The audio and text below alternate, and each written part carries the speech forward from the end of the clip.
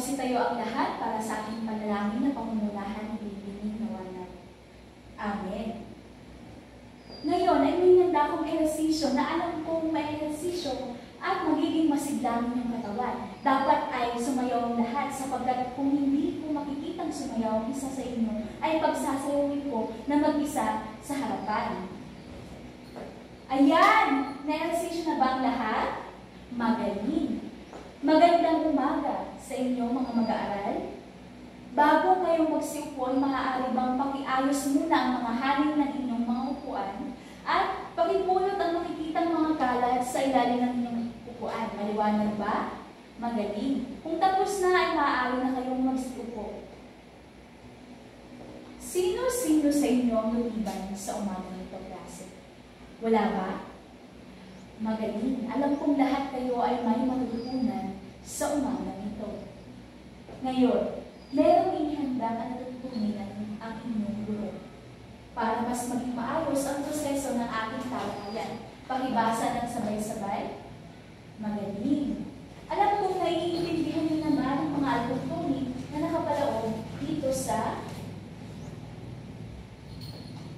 kahon na ito. Ngayon, para mas interesado kayo, ay may inihanda akong aktibidad. Pero bago yan, sino-sino muna sa inyo ang nakakaalala nung nakaraang tinalakay natin kahapon sa huli nating pagkikita? Magaling, Binibining Nawanaw, ang ating tinalakay ay ang semantics. Ngayon, gaya ng sinabi ko kanina, ay may inihanda akong aktibidad sa inyo. Dito sa aking kanan ang unang pangkat at dito sa kaliwa ang ikalawang pangkat. Paunahan lamang kayo na buuin ang nakapaloob sa sobre na ito. May mga bulong-bulong salita na buuin nyo sa 2 minutong ibibigay ko sa inyo. Ayan, tapos na ba ang lahat? Ano ang nabuo ninyong pangkat una sapagkat kayo ang nauna? Pag-unlad ng wikang Pilipino? Tama kaya ang kanilang sinagot? Sige, malalaman natin kung tama ba ito.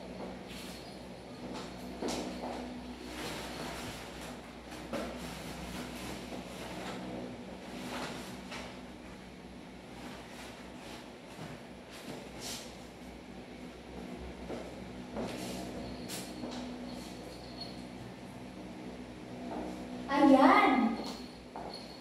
Pag-unlad ng wikang Pilipino. Bigyan natin sila ng Chikading Club. Alam niyo ba ang Chikading Club? Magaling! Palagpakan natin sila. Dahil namulaan nila ang ating tatalakayin sa umagang ito. Pero bago ang lahat,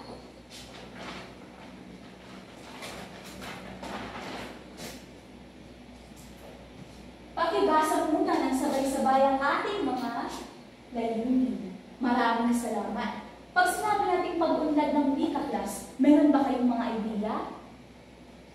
Sige, Binibining Sorosa.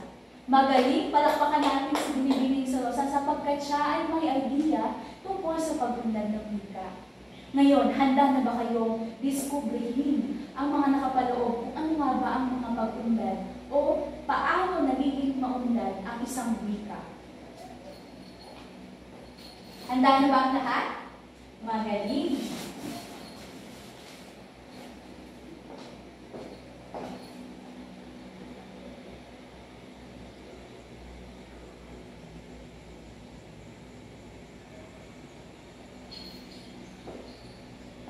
Kapag sinabi natin pag-unlad ng wika, ito ay umuunlad habang ginagamit ito sa isang lipunan base sa pagbabago ng kultura sa isang komunidad. Nagiging maunlad ng isang wika klase sapagkat ito ay ginagamit sa araw-araw. Kumparahin natin, halimbawa, ikumpara natin ang wika noong nakaraang panahon at sa kasalukuyan.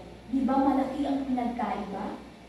Sapagkat marami nang nabuong mga wika na hindi pa nabubuo noong unang panahon. Ano ba ang mga halimbawa klase? Ito ay ang SFL, PECMANO, at kung ano-ano pang mga pag-usbong ng mga bagong wika na maaari natin gamitin sa pang-araw-araw. Dahil ginagamit natin ng mga salitang yan, ay meron din akong halimbawa, katulad parte ng Pilipinas. Katulad na lamang ng Bisaya o Cebuano, Tagalog, Waray. Sa Tagalog, di ba, noong unang panahon, makata talaga at may ginagamit sila iba't ibang uri ng pagsasalita o pagsusulat. Pero ngayon ay nahahaluan ng salitang Banyaga sapagkat umuunlad ang ating wika base sa ating ginagamit.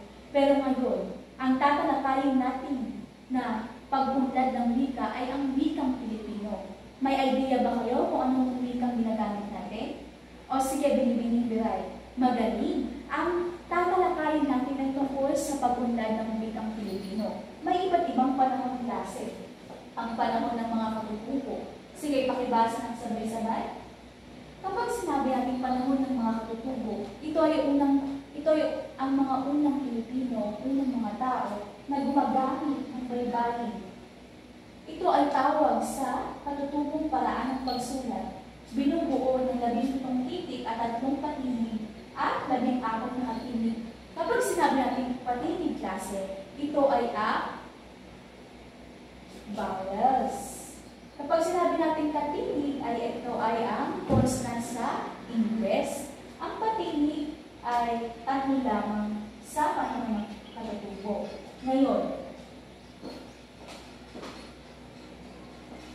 sa taong 1987, ito ang taon kung kailan napalitan ang tawag ng Pilipino sa wikang pambansang Pilipino o letter M. Sa panukalang saligang batas ng 1987 ay may tiyak na tinadhana tungkol sa wika. Ang Artikulo 14, Section 6 hanggang 7 ay nagtadhana na ang wikang pambansa ay Pilipino at samantalang nilalang ito ay dapat pagyabutin at paglangganing pasalig sa umiiral sa wika ng Pilipinas at iba pang wikang Banyaga. Naging opisyal ang ating salita na Pilipino. Ngayon ay dumako naman tayo sa panahon ng mga Kastila. Alam ko may mga idea kayo kung ano nga ba ang panahon ng mga Kastila. Ito ay ang sinakop tayo ng mga Espanyol ng mahabang taon. Diba? Ilang taon na yan? Magaling. Higit 300 taon tayo sinakop ng mga Kastila. Ngayon, ay tatalakayin din natin ang dating alibata ay napalitan ng alpabetiko Romano. Binubuo naman ito ng 12 titik, 5 patinig at 15 katinig. Ngayon ay dumako naman tayo sa panahon ng mga Amerikano. Nagsimula naman ang pakikibaka ng mga Pilipino nang dumating ang mga Amerikano sa pamumuno ni Almirante Louis. Itong panahon ng Amerikano, ito ang sumunod na sumakop sa atin noong panahon ng mga Kastila. Marami rin pagbabago sa wika sapagkat sinakop tayo ng Amerikano. Diba, ang ginagamit nilang wika ay wikang Ingles. Pero, dumako naman tayo sa panahon ng mga Hapon. Sa pagnanais na burahin ng anumang impluensya ng mga Amerikano, ipinagamit nila ang mga katutubong wikang partikular, ang wikang Tagalog, sa pagsulat. Ibig sabihin ay, hinayaan ng mga Hapon na gamitin natin ang sarili nating wika para mabura ang impluensya ng Amerikano. Pero nakapaloob din sa panahon ng mga Hapon klase ay gagamitin ang wikang natin, wikang katutubo at ang wika ng mga Hapon. Yun ay ang naging opisyal na wika ng mga panahon na yun. Naiintindihan labang ba Ginoong Palomar? Magaling. Ngayon ay dumako naman tayo sa panahon ng malasariling pamahalaan. Kapag sinabi natin malasariling pamahalaan, ito ay ang Saligang Batas noong 1935, Section 3, Artikulo 14. Ang Kongreso ay gagawa ng mga hakbang tungo sa pagpapaunlad at pagtitibay ng isang wikang pambansa na batay sa mga umiiral na katutubong wika. Dahil sa pagsusumikap ni Pangulong Quezon. Pamilyar ba kayo kung sino si Pangulong Quezon? Magaling. Si Pangulong Quezon ay ang tinaguriang ama ng wikang pambansa. Siya ang nagpanukala na ang Tagalog ang wikang opisyal sa ating bansa.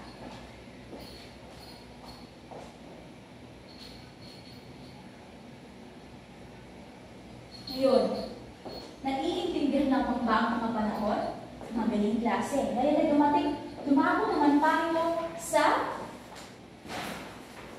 ilang batas, kautusan, proklamasyon na itinairal sa pagpapaunlad ng wikang pambansa, Tagalog, Pilipino o Pilipino. Marami rin mga batas na itinatupad at alam ko sa mga batas na ito ay pamilyar na kayo sapagkat itinalakay natin o itinalakay na iyan sa inyong ibang asignatura katulad ng istruktura ng wikang Pilipino o istruktura ng Pilipino. Diba? Pinalakay na doon ng mga batas na nagpapaunlad ng sariling wika o nagpapatupad ng wikang Pilipino.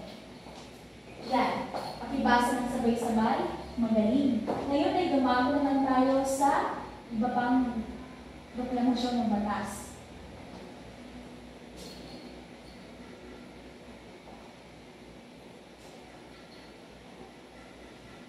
Ngayon, naiintindihan lamang ba ang ating pinalakay? Kung walang katanungan, ay meron akong handang gawain sa inyo.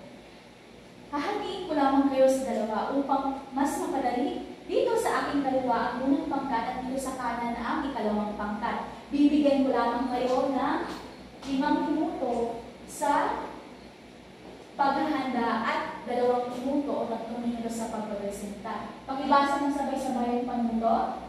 Magaling. Ngayon, gagaduhan ko kayo base sa pamantayan. Tapos na ba ang lahat? Magaling. Ngayon, ang unang pangkat ay tutunghayan na natin. Bigyan natin sila ng very good clap. 1, 2, 3, 1, 2, 3. Very good, very good, very good. Ang pangalawang pangkat naman, magpresenta. Magaling. Bigyan natin sila ng chikading clap. 1, 2, 3, 1, 2, 3. Chikading, chikading. Ang galing, galing. Magaling. Palakpakan natin sila. Gusto niyo bang malaman inyong mga grado? Dito sa unang pangkat ay bibigyan ko ng 48 puntos. Palakpakan natin. Sapagkat nakulangan ako sa pagkakaisa. Kasi nakikita ko na parang may hindi pagkakaintindihan kanina sa paghahanda. Ngayon naman, ang ikalawang pangkat ay bibigyan ko ng 50 puntos. Kaya sila ng palakpak. Magaling. Sapagkat nakita ko ang mga pamantayan na aking hinahanap sa kanila pagpapresenta at paghahanda. Ngayon, may mga katanungan ba kayo? Wala. Sige. Halika nga dito, Binibining Katubis at Ginoong Cariaga. Kumuha kayo ng 2 emoji. Sige, kunin nyo. Ano ang katanungan dyan?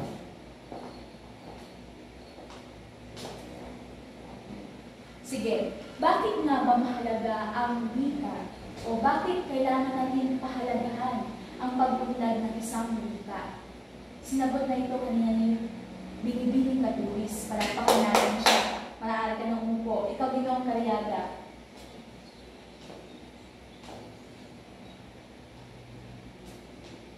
Bakit nga ba importante ang pag-unlad ng isang wika? Magaling, Ginoong Cariaga, maaari ka ng umupo. Ngayon, alam kong naiintindihan ninyo ang ating pinalakay ngayong umaga sapagkat nalalaman nyo kung ano nga ba ang kahalagahan at pagiging importante ng pag-unlad ng wika. Sapagkat kung wala tayong wika, ay hindi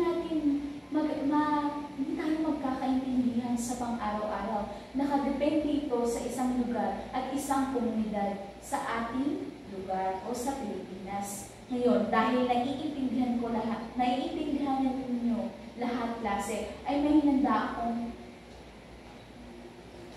maikling pagsusuri. Kumuha lamang na